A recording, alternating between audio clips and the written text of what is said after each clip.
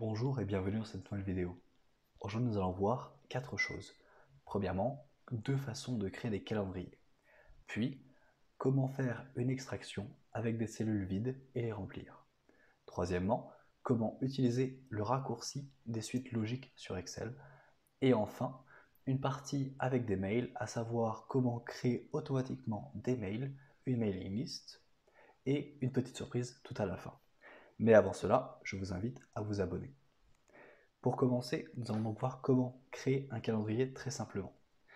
Nous parlons ici de devenir expert avec Excel et donc non pas de simplement tirer des colonnes, mais vraiment utiliser une fonction. Premièrement, nous allons créer un calendrier sur une seule colonne. Pour cela, nous allons utiliser la fonction séquence. Elle se compose donc de égal, ensuite séquence. Premièrement, le nombre de lignes. En l'occurrence, je veux créer un calendrier de 365 jours. Je vais donc mettre 365 pour une ligne égale un jour. Je veux une seule colonne. Le début étant mon samedi 1er janvier 2022. Et enfin, un pas 1. Et il me suffit ensuite d'appuyer sur Entrée. Et vous voyez un calendrier qui se crée tout seul, à savoir du 1er janvier 2022 jusqu'au 31 décembre 2022. Deuxième façon de créer un calendrier, cette fois-ci avec les jours. Nous voyons donc que le 1er janvier étant un samedi, je souhaite commencer mon calendrier au lundi, peut-être pour un calendrier de travail. Je vais donc écrire égal séquence. En termes de lignes, je ne sais pas combien j'en veux. À peu près dans une semaine, il y a 52 lignes. Je vais donc écrire 52. Puis, combien de colonnes? Nous avons 7 jours dans une semaine, donc 7 colonnes. Mon début, c'est mon samedi 1er janvier, plus 2, puisque je vais être, non pas le dimanche, mais le lundi.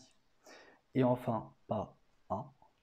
Il suffit donc de taper sur Entrée, et vous voyez donc mon calendrier de nouveau, un calendrier cette fois-ci par semaine, qui se termine donc, non pas au 31/12/2022, mais au 1er janvier 2023.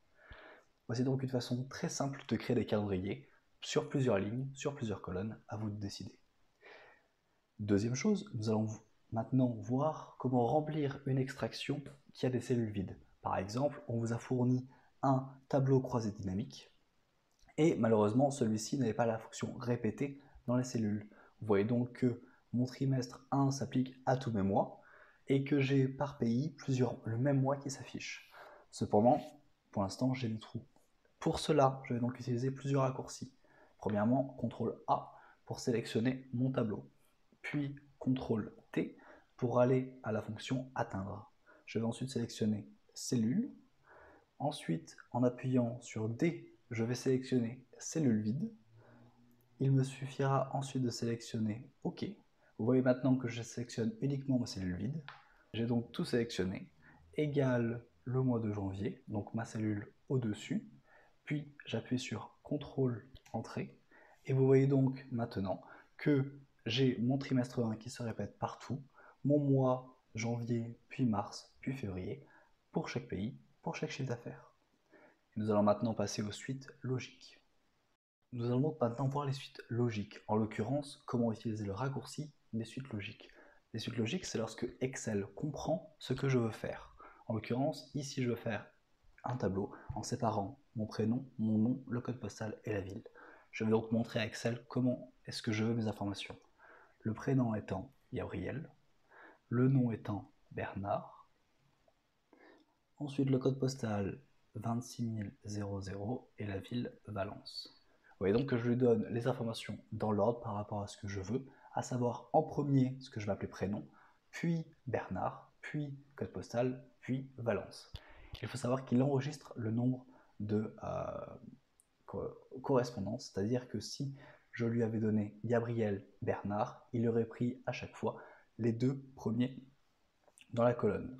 En l'occurrence, il me suffit ensuite de recliquer sur Gabriel, de faire CTRL E, et vous voyez qu'il récupère le prénom pour chacune des cellules. Et pareil pour le nom. Hop, ensuite le code postal, et enfin la ville. Et nous voyons maintenant, par exemple ici, que nous avons bien Nathan Rousseau, un code postal du 26340 qui habite à Aubénasson. Vous avez donc maintenant compris comment utiliser une suite logique. Il vous suffit de faire comprendre à Excel comment s'organise votre suite, puis d'appuyer sur CTRL-E. Enfin, dernière partie, nous allons voir comment créer une liste de mails, à savoir joindre des cellules. Dans notre premier exemple, nous souhaitons créer une adresse mail à partir d'un prénom, d'un nom et d'un mail. Pour cela, je vais utiliser la fonction joindre texte. Elle s'organise donc comme égal joindre texte. En l'occurrence, premièrement, je veux récupérer le nom-prénom en ajoutant un délimiteur, à savoir qu'est-ce qui va le séparer. Je veux donc ajouter un point. Je souhaite ignorer les vides et je souhaite joindre mon nom et mon prénom. Maintenant que nous avons ajouté le nom-prénom, à cela, je souhaite maintenant joindre mon mail. Je vais donc recommencer une deuxième fonction. Cette fois-ci, mon délimiteur, il n'y en a pas. Je vais donc ignorer cette partie. Je souhaite tout de même ignorer les cellules vides. Et enfin, premièrement, je souhaite donc joindre mon texte, puis je souhaite joindre mon adresse mail. Il me suffit ensuite de fermer, d'appuyer sur Entrée. Et vous voyez maintenant que j'ai créé une adresse mail, à savoir le prénom, le nom et le mail.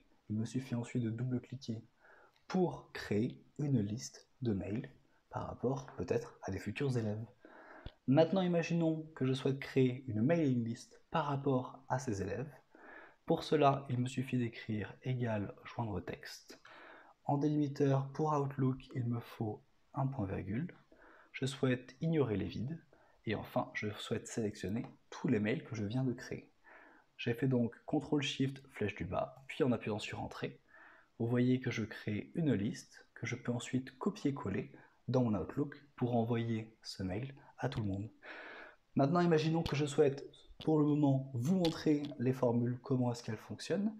Je peux appuyer sur le raccourci CTRL 3 et vous voyez maintenant l'ensemble des cellules que nous avons utilisées, à savoir les formules. De la même façon, je peux aussi récupérer, par exemple, dans notre fonction calendrier, pour vous montrer ici les formules utilisées. Cette façon vous permet aussi de montrer par exemple à votre manager quelles sont les formules qui tournent à travers votre plage de calcul si vous souhaitez lui montrer un document en particulier ou expliquer à votre équipe comment est-ce que cela fonctionne. C'est aussi utile si vous avez des erreurs afin de voir les formules qu'il y a derrière. Si cette vidéo vous a plu, n'hésitez pas à mettre un pouce bleu et à vous abonner. Et je vous dis à bientôt pour de nouvelles vidéos.